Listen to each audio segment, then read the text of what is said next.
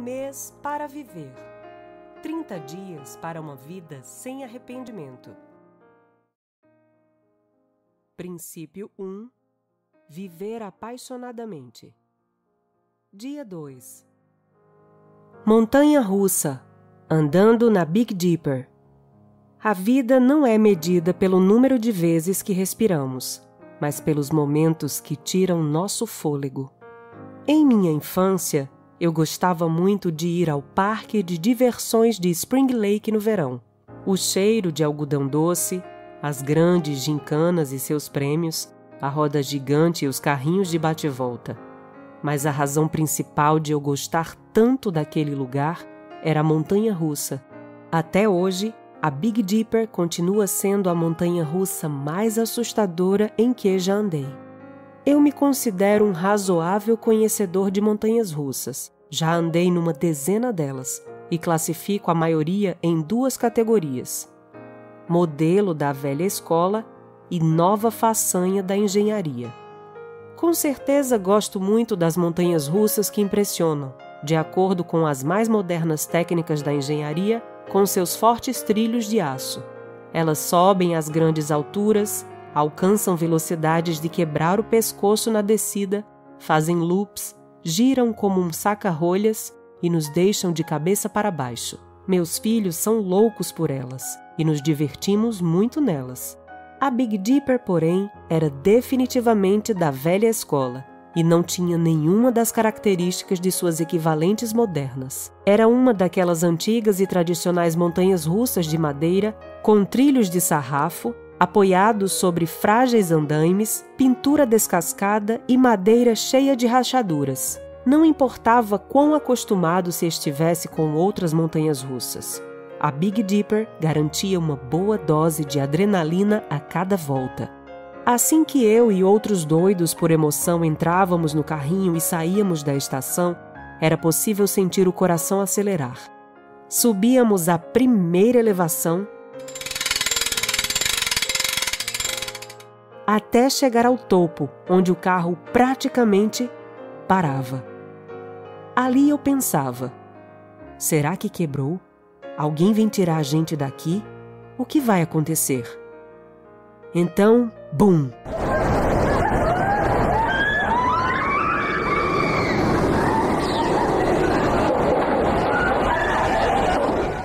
O chão desaparecia, o carrinho parecia decolar, meu estômago subia até a garganta. Era preciso fechar os olhos e a boca para não deixar que os insetos entrassem. Agarrava minha barra de segurança morto de medo, sentindo-me alegre, agitado e apavorado, tudo ao mesmo tempo. Passávamos pela primeira curva e as rodas de um lado chegavam realmente a sair um pouco do trilho. Do outro lado, elas gemiam ao mesmo tempo que as fagulhas voavam. Assim que eu me recuperava, bum! Outro mergulho e outra curva fechada. Levantava as mãos para impressionar meus amigos, mas, cara, eu estava mesmo morto de medo. Mesmo se tivesse andado naquela montanha-russa alguns dias antes, sempre me sentia ansioso em relação ao que vinha pela frente. As curvas chegavam rapidamente ao mesmo tempo em que meu coração disparava e minhas mãos suavam sobre a pequena barra de segurança.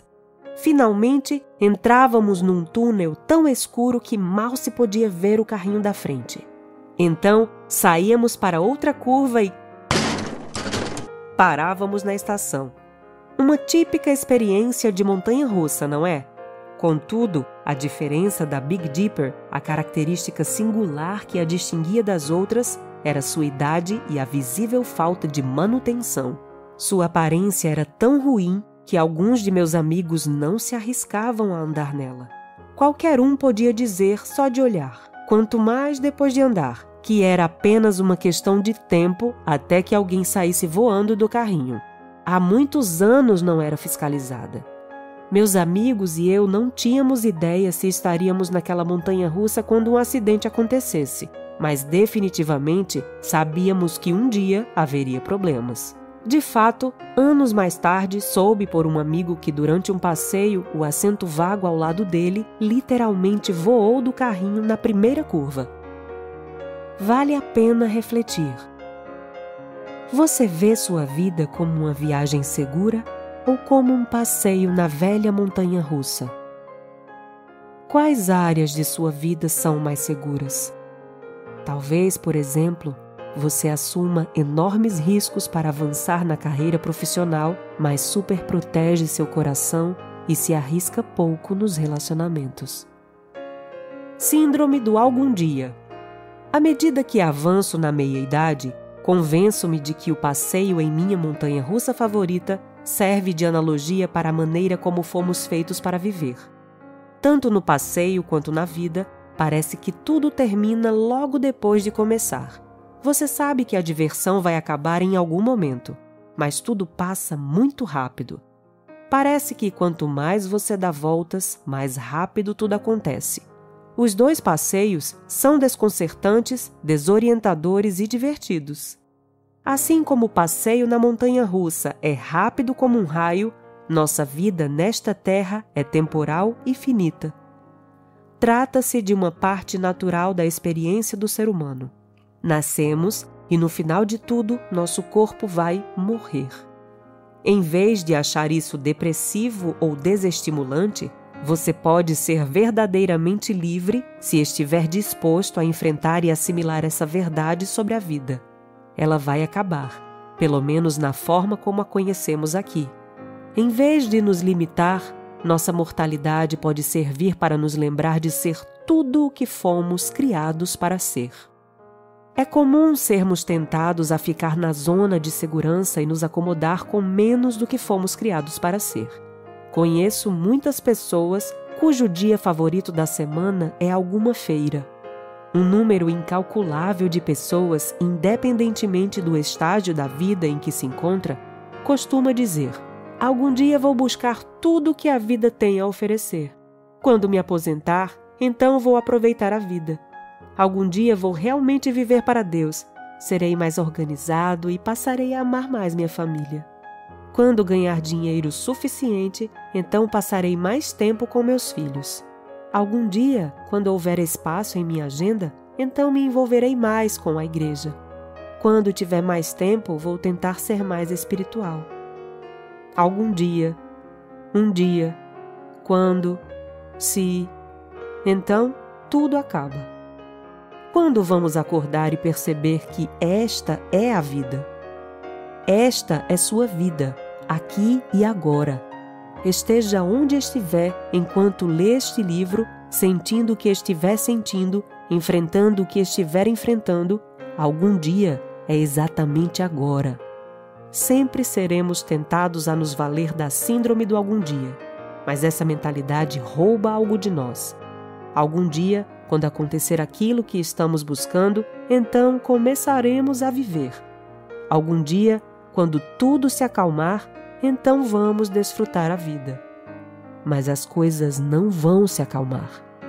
Assim que obtivermos aquilo que queremos, mais dinheiro, uma agenda menos sobrecarregada, o emprego ideal, logo perceberemos que isso não nos satisfaz e então começaremos a procurar a próxima grande conquista.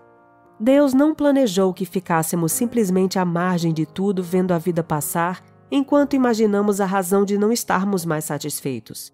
Deus nos criou para assumir riscos pela fé e para vencer os gigantes que nos paralisam de medo.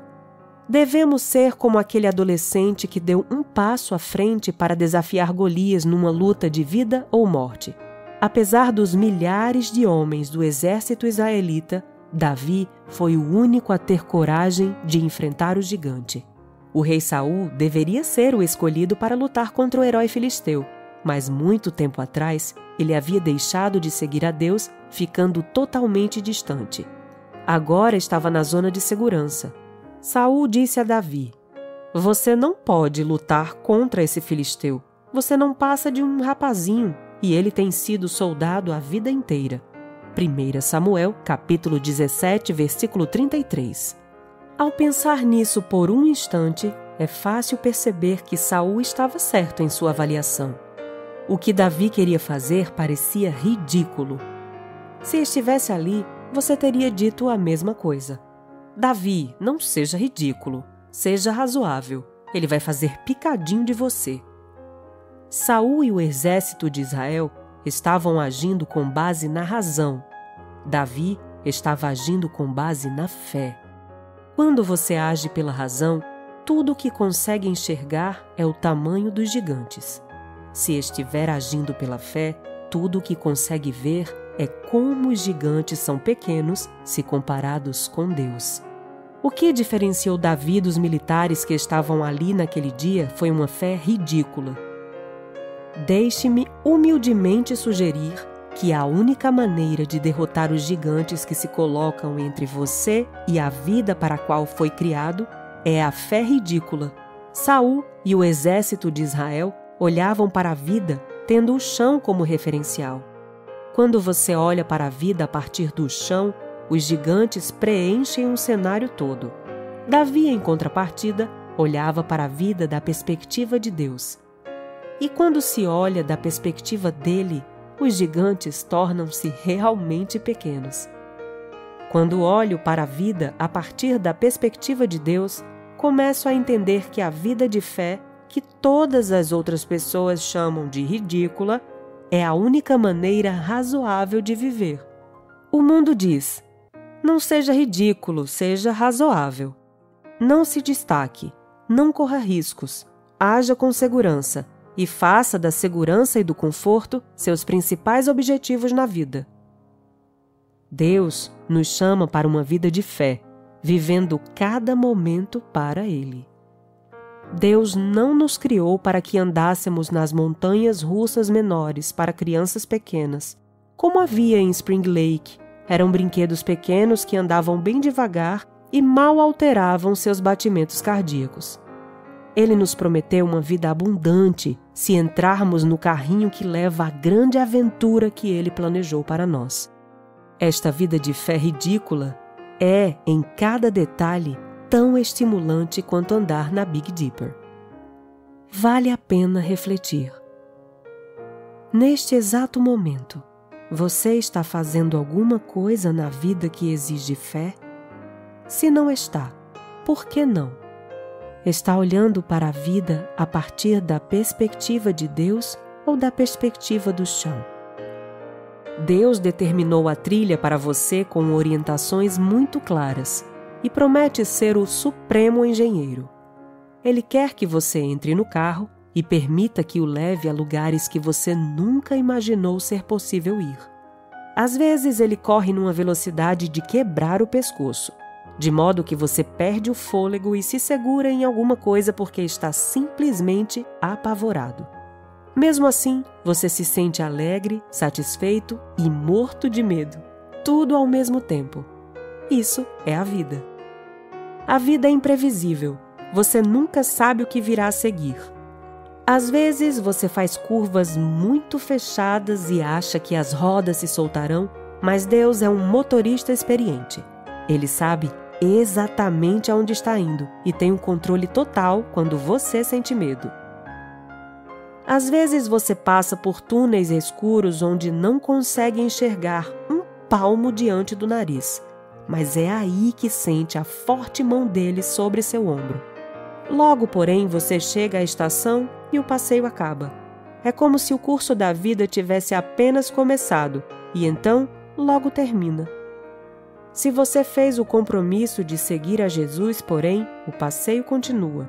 Deus o leva com ele para o céu por toda a eternidade.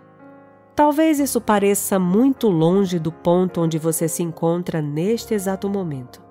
Por causa das circunstâncias da vida, talvez se sinta como alguém que já pulou da montanha-russa e quebrou a cara no chão. Porém, por mais difícil e assustadora que sua vida possa ser agora, Deus ainda está presente. Ele se preocupa com você além do que se possa entender ou imaginar. Se soubesse que tem apenas um mês para viver, você não deixaria a zona de segurança para trás e iniciaria o passeio que acelera seu coração?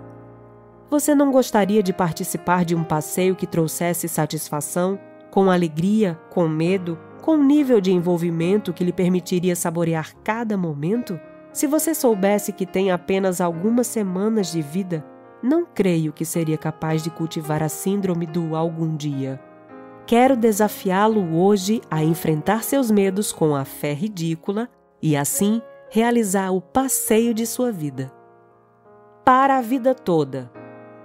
Primeiro, se tivesse certeza de que a vida como você conhece terminaria em algumas semanas, qual seria seu maior arrependimento? Por quê? Segundo, em quais áreas da vida está sofrendo da síndrome do algum dia? Tome hoje a decisão de nunca mais usar a frase algum dia, quando as coisas se acalmarem. Conscientize-se de que hoje é seu algum dia. Terceiro, em vez de montanha-russa, que outro símbolo ou metáfora você escolheria para descrever sua vida, caso estivesse plenamente envolvido nela? Tente inventar algo tão singular quanto você. Encontre uma ilustração desse símbolo, coloque-a num lugar onde possa ver todo dia e use-a como lembrete para viver sem arrependimentos.